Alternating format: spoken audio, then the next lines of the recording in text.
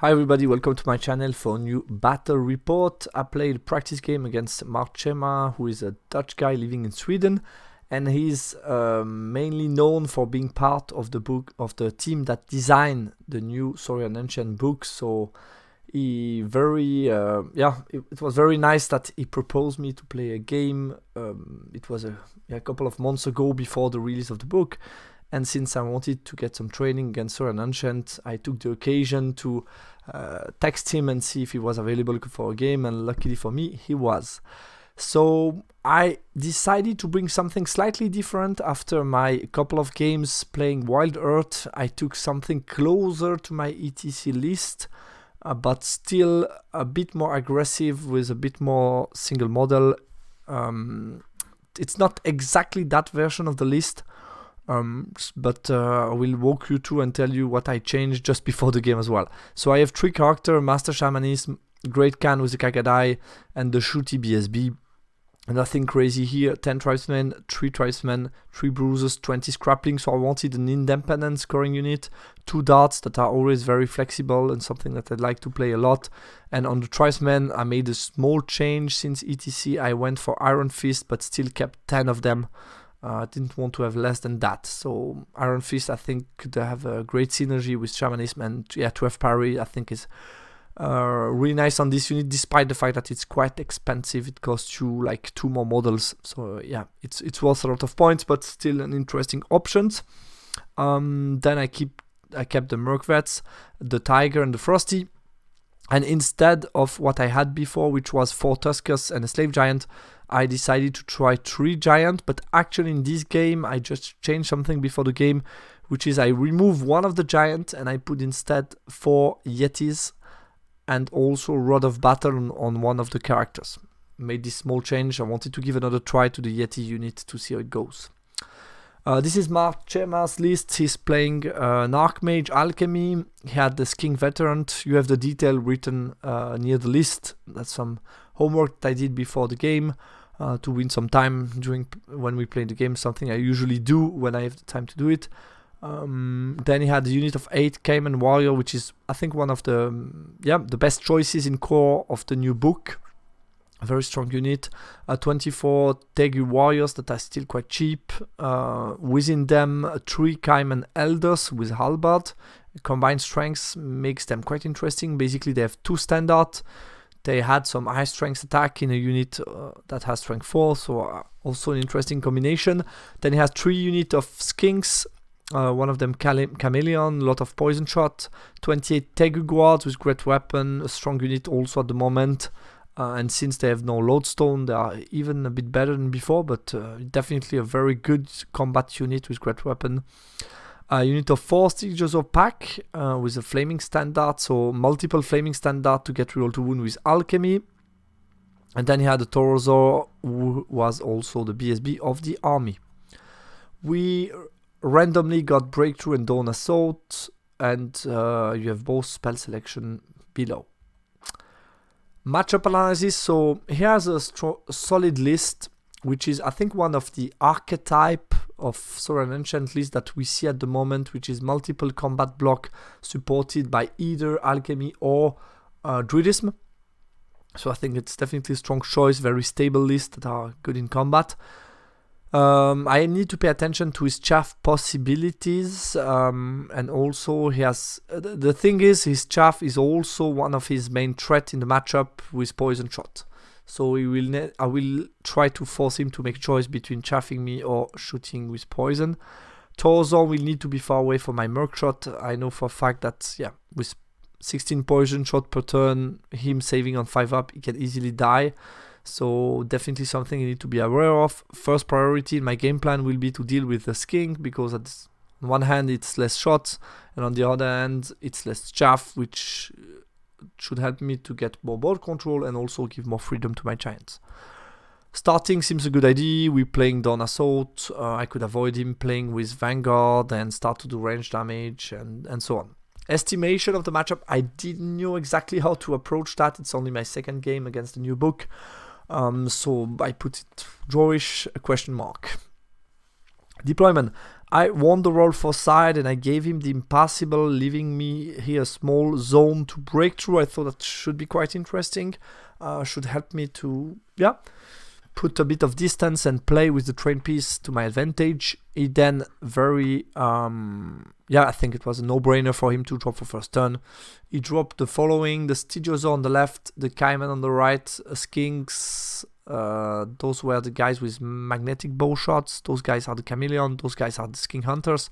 Tegu Guard with the Archmage, BSB, Elder within the Tegu Warrior unit. My counter deployment. So basically, when I look at his deployment, I think one of the key weakness of this type of list could be mobility, since movement 4, movement 6, it's not that fast. So definitely I could trouble them, and also my idea was trying to face some of the unit while delaying some other battles, because it will be hard to face everything at the same time since he has some bodyguard, rank, steadfast, and so on. So what I did is put some distance between the Tegu Guard that I wasn't sure I would be able to be in good condition to fight them. So put some distance between the Tegu Guard and my two main units, which is my Tribe Star and the Merc-Vets. And then I wanted to close the flank and protect the scoring unit with both the Merc-Vets and the Frosty. I thought the combination of these two should be enough to first still be able to push forward, try to threaten with panic check, and then at one point combine in combat to get rid of those guys. I put all my small scoring unit on the left, trying to go for this zone of the map for the breakthrough. And then basically the idea was he has 1, 2, 3 scoring units here, was to stop one of these, to only allow him to get, I think those two will be hard to stop, but maybe with the combination of the two giants and the Yetis I can do something. Also, the Yetis cannot really move out of the bubble because he has so many ways to trigger them. Panic check, I know that I will need somehow to be around the middle, but these two giants can move to the right and be annoying for him and slow him down. So that was the idea. Let's move on to his turn 1. So he pushed forward, nothing crazy, maybe talking quickly about Vanguard. So I didn't really pay attention. It's the first time I'm playing against the new Chameleon, and I didn't really understand how much mobility he has, because basically he's scouting 18, then Vanguard, and then another 12 movements. So it's crazy how much they can move, and he managed easily to move out of my arc, which not something that I particularly like, but at the same time, I also saw some opportunities here. Other than that, he still respected a bit what my Yetis can do, so he only gave me a very long charge here. The Tegu Guard made sure I cannot escape line of sight, charge the BSB and try stuff, which makes sense. And those guys, also here I saw maybe a possibility to move a unit in front of them, because they would be blocking the charge of those guys, and these are still quite far away. So here as well, maybe some options in the play. He decided not to bring the Stygio out because of my shooting attack from the Merc-Vets, which I think makes sense. In his first magic phase, he got Quicksilver Lash on my Iron Fist Giant, did 2 wounds, then he got +1 armor save on the Tegu, and I dispelled something else. In shooting, I dispelled, I think, the spear against the Merc-Vets. Shooting, he did 4 wounds to my Yetis that passed 9 rollable check, and he did another 3 wounds to this giant thanks to the good positioning that he had here. Was expected, I think, between 3 and 5 wounds. So 3 wounds is not the worst case scenario. Let's see now how I can react to this positioning. So my turn 1. First of all, I took the march check with the Yetis, move out of arc of those guys in a good position where nobody sees me, and I still threaten the centers, which I felt could be quite interesting to intercept some chaff at some point. And then I turn both my Death Star and my Merc-Vets to have a look at them, because I figure out they are on leadership 6, they are out of bubble. So if I trigger panic by either magic, which could be Totemic Summon or Swarm of Insect, or then with shooting attack, basically he's likely to flee. And if he flees, it's not a problem anymore, he's out of position to chaff me and so on. So I felt I turn around to deal with them, and I still have time to see them moving forward. I move back the giant, to cover the angles and make sure I can't really move to my backline and kill my chaff and so on. Move this giant to the right to make sure he's still occupied here on the right flank. And then on the left I just move slightly forward, adjust my positioning and so on. Made sure also that I could escape in case he pushed hard here, so I had some options. In my magic phase I got Swarm of Insect on the Skinks Chameleon, killed 3 of them, trigger panic check on a 6 but passed by my opponent.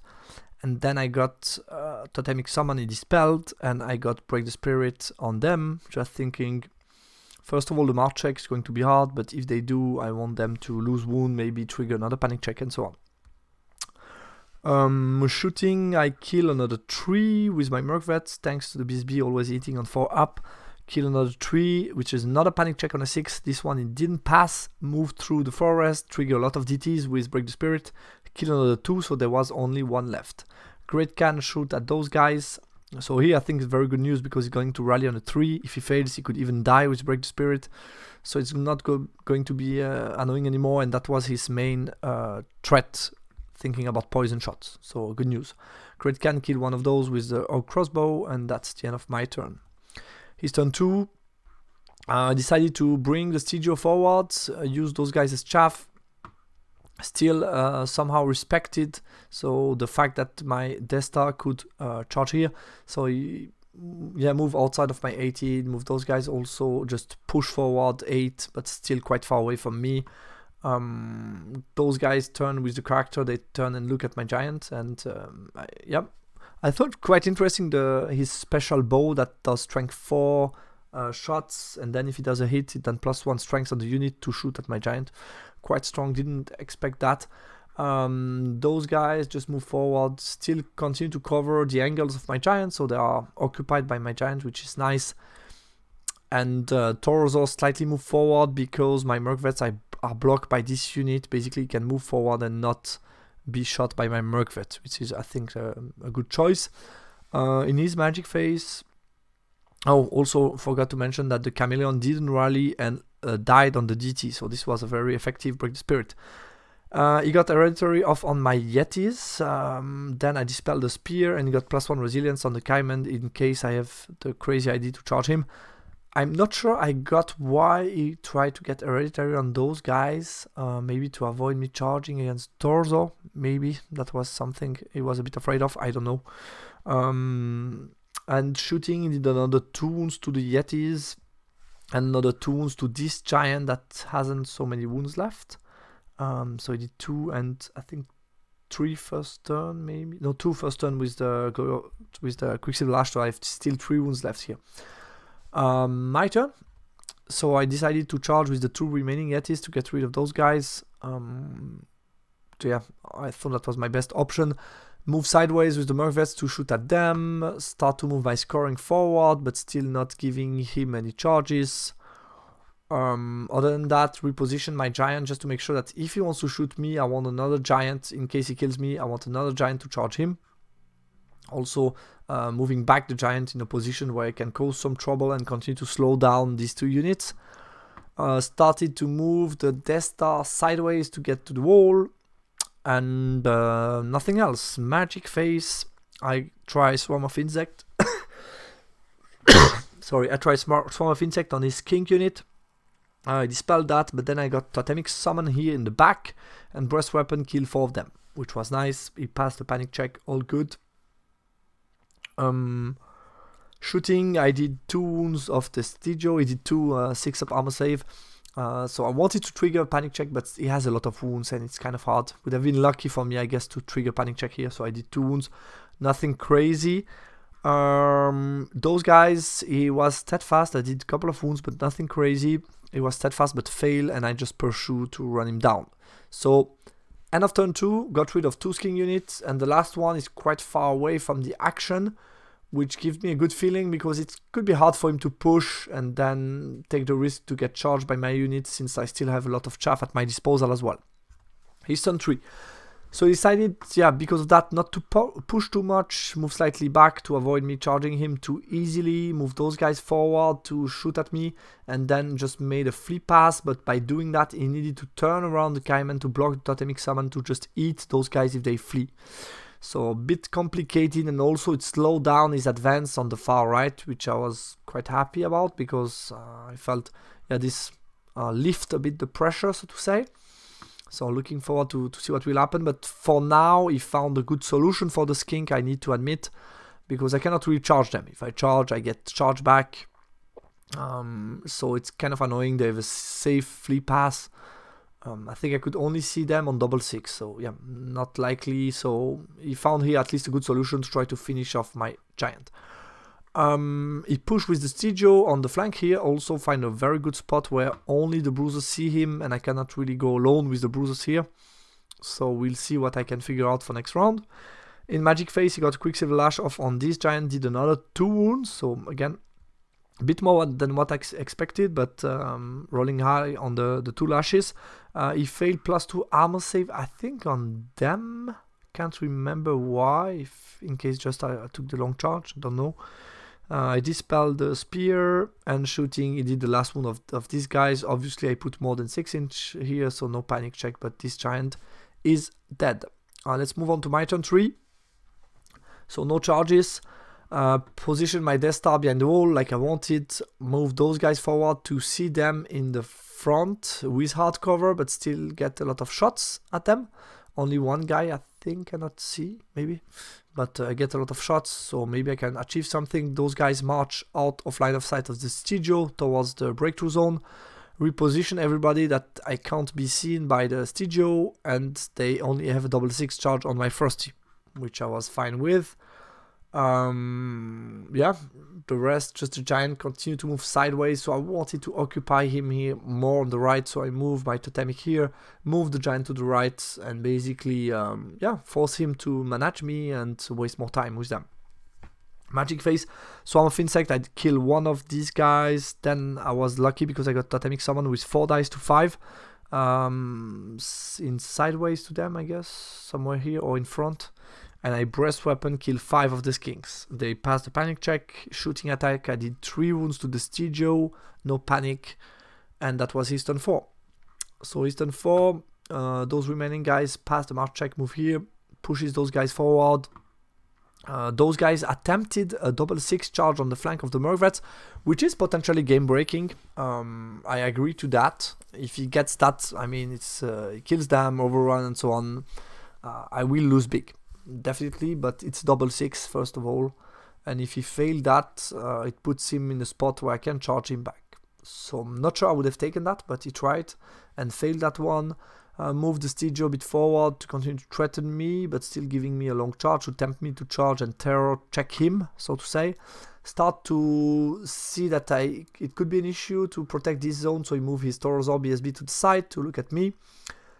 And turn around again the Kaiman to move forward towards my breakthrough zone. And here you see my two totemic summon that are alive. In Magic Phase, I got I Binding Scroll +2 armor save because I thought now could be the time to charge them. So I Binding Scroll that. If fail Hereditary, he got, and I Dispel +1 strength. So he has no buff. So I was very excited about this charge, but obviously he checked before that he had a flea pass, so we'll see what I want to do. I think +1 strength, he tried to put it on them or them. I can't remember. I think on them would make sense. Anyway, yeah, and I think he had not much shooting left. He didn't do anything with the shooting attack remaining, and that's my turn 4. So I took the charge with my Death Star against his unit. He rolled double 1 for the flea, meaning I'm going to catch him on a 9 Swift Stride, but I didn't get that. Unfortunately, I think that would have been a bit hard for him because he had a safe flea pass, but double 1 wasn't expected. So he fled that one. I didn't redirect, use my chaff piece. We checked before that he couldn't overrun into me. Got the charge off with the totemic summon here. Reposition the Yetis in case I need to charge next round. Chaff with my Scrappling, those guys, move on the hill with them to shoot at them and then counter charge, move slightly forward with him to counter charge as well, and just turn around this scoring to be able to march here if I need to, those guys looking forward and so on. And the giant continued to move sideways to occupy him, put totemic summon here in the front. where I could have, I think I should have stopped here near him, continue to annoy him to moving, and maybe at some point threaten him with a combo charge of both, maybe. In my magic phase, I got Hereditary off on the Totemic Summon, just to make sure it doesn't kill me, because he has Strength 4 attack. I tried Swarm of Insect on his BSB, did nothing, and shooting I did only 1 wound to the Stigio. Close combat, I did 3 wounds, he did 2 to me, he broke, and I pursued. We checked before what kind of overrun he would have, but what I forgot to keep in mind is the fact that by the Totemic Summon dying would make a break test here on a 9 no reroll, which is way too risky, so I should have taken the restraint check on a 7, and we can even debate whether or not I should take this charge. I don't know. The problem is those guys are in a position, I think, to chaff the Death Star next round, so I had to deal with them, but at least try the restraint check here. His turn 5 is charging my Totemic Summon with overrun in the front of the dog. Those guys rallied. Torozor continued to push the flanks. Stigiosaur charge here. He admitted that he forgot that I had the freezing aura, so I would be striking before him, which is obviously a big problem. Magic Face, he got Hereditary on my Death Star, which is also an issue for me. -1 to hit and wound is big. And then close combat, he killed that one, and I passed my 9 no reroll, which again would have been a nightmare for me. So here I should have been more careful with that play of the Totemic Summon. Here he killed a good chunk of the guys. I fled, he pursued, got me, and got into the Merc Vets. My turn 5. I counter charge with the Frost in the flank, just to make sure. Took the charge again with my Death Star against him. He decided to stick. Since I was under Hereditary, I had still chaff pieces available. So I felt okay with that because he has only 1 turn left, so I chaff again with the dog. He couldn't overrun to my dog due to the fact that he would give me a flank and then get charged by a Totemic plus my Death Star in the flank is not possible. So I understand that. So basically that's why he repositioned, but now I can chaff him again and took this charge. So I'm excited about this combat, and here I try something to give him a choice. Either he charged the Yetis, and then could potentially overrun here, but would get countercharged by the Merc Vets, so I would get a good amount of points. Or he charged these scoring units, but then it doesn't get to block me because I secure the spot kind of with the Yetis. Position the Yetis in a way that basically he cannot avoid me to get into his deployment zone with multiple units. That was the idea. Yeah, other than that, reposition Giant here. Totemic Summon move a bit too far, but just want to threaten him with a charge next round, more or less. In the Magic Phase, I got Hereditary and Break the Spirit on this close combat, which was nice. I think it is spell +1 strength. So double buff against his buff. I should be fine. Close combat, what happened? I put some numbers, but that's way too many information. What I can tell you overall, so that's the stat from my special attack between Impact and Stomp. So that's Great Khan, Shaman unit. Yep. And then you have the attack, the Great Khan being here multiple wound. And those guys, that was the Shaman who was in a challenge with his champion. He just did 0 wounds between special attack and normal attack. The Great Khan, if I remember correctly, I think did between the Stomps and the Impact maybe 2 wounds. And then I roll 1 wound, but multiple wound 3, I guess, or 2 or 3. At least did multiple wound against the Cayman. That I was only eating on 5s, which is the reason why I don't do more than that. And then the whole unit, which is 21 attack on 4s and 5s, did something like... totally, I killed 6 guys and 2 wounds on him. So, yeah, I think kind of expected, I guess, between 2 here, maybe 3 here and 1 here. So, very, very average, basically, what I roll. And it did also nothing too crazy on me, like 4-5 wounds totally. So, also kind of expected, like you can see here by putting these numbers together. So, nothing too crazy happened, basically. He was steadfast, he stuck. He's turn 6. He charge the chaff, charge with the Tauros against those. They stick on 9 rollable because I reposition here my Great Khan to be within 12. So they stick here. Here I just reform and pursue. Yeah, I forgot to mention, but obviously got rid of them. They still did a couple of wounds here that I didn't expect because I did only 4 wounds with the Mercs against them, which was not something expected. And then all the Frosty did another couple, and he did some wounds to me, but still he broke. Run him down with the Frosty, reform those guys to be able to break through next round. So he charged them, passes the 9 rollable. Here we're stuck in combat, and the rest just cleaning chaff. In Magic Phase, he failed Hereditary, got +1 Resilience on the Saurian guy. He got also Glory of Gold. And I Dispel +2 Armor Save, Close Combat. He killed to a wound, decided to restrain, so I fled. And those guys here, we ended up being a tie. It was really close. I remember that my Great Khan did deliver, so I wasn't under Hereditary. I was under. He had +1 Resilience, so I was hitting on 3s, wounding on 5s with the unit. The Great Khan hitting on 4s against the Cayman and wounding on 2s, so still quite good. Did like 4 or 5 wounds, I guess, to the Cayman, quite a lot. And then a good chunk on the unit as well, allowed me to, because he still had like two standard and a rank and so on, so he was still steadfast for sure, and with tight combat basically. He did also good wounds because he took the special attack from them. Because of reroll to wound, he took the other weapon, basically the Tooth and Claws, I think it's the name, sorry for the pronunciation. But with that he did a good amount of wounds, and basically we both stuck and reform. My turn 6, couple of things happened, so I moved the Yetis out of the way, pushed those 2 units into the breakthrough zone, so that's 2 against 2. Then I march my Frosty to be within 9 of those guys, ensuring that my tribesmen go before him. So I was excited here. Here I didn't take the charge because there is no way I'm going to break steadfast and I can just get killed in return because I don't have that many wounds left. In Magic Phase, I made a poor decision. Basically, I 2 dice +1. I had 7 dice against 5, I remember. I did 2 dice +1 strengths. Fail. And then at the end, I just ended up having Hereditary and a Dispel, like Break the Spirit. Which is not, if we think a bit more about this combat, what do I want? I strike before him, so I want offensive buff. So I want +1 hit, +1 strength. So I should have done Rod of Battle 3 dice. What do? I had to let that go, and then 4 dice against 5, +1 strength. He dispelled that one.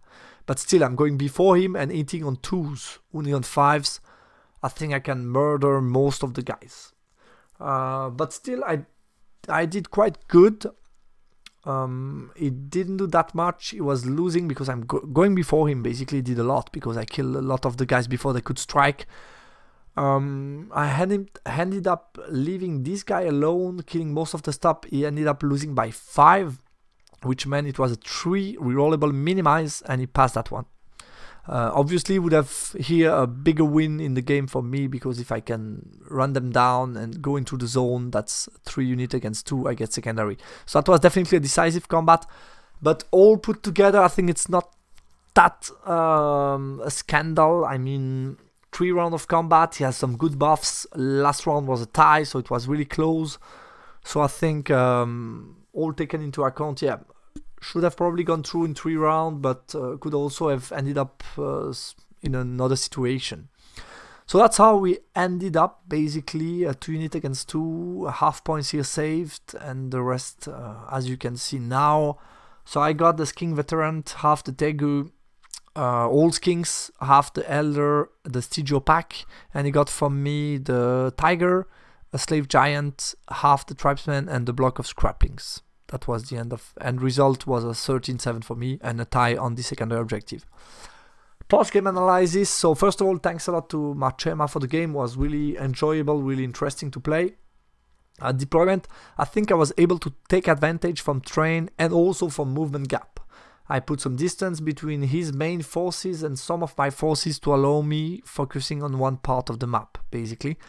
Early escape from Skink wasn't actually that bad for me. I would say that it's funny to say that in hindsight, maybe it was even a mistake for him to take that spot, because it's kind of likely, if you see what kind of range damage I have, it's likely that he flees after 1 round of shooting, so that he almost lost the unit for 1 round of shooting, instead of shooting more and maybe even chaffing me.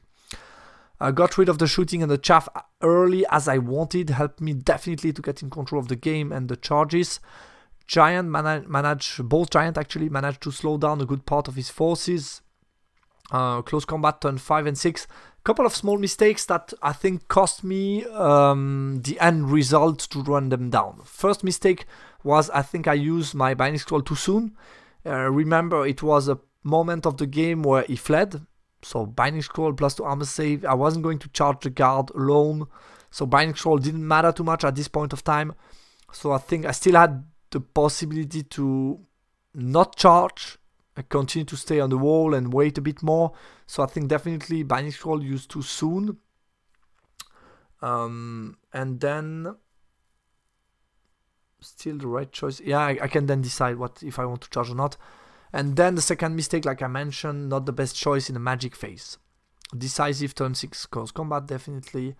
And regarding the list, yeah, I found it quite interesting to play. Yeti brought a lot of flexibility in the list with the special deployment and so on, but had to stay in the bubble. But they were very useful. I mean, they dealt with some skinks. They then reserved the spot for the other unit to go into the zone to score. So they did a lot of stuff this game. So guys, that's it for this battle. It was interesting to learn more about the new SR book, to try another Ogre can list. I will definitely try some tweaks on the list to see what I am going to bring. I have till the end of October to decide what I'm going to bring at the Interregio. So we will see what I'm going to decide for. But yeah, definitely I think this list was interesting to play.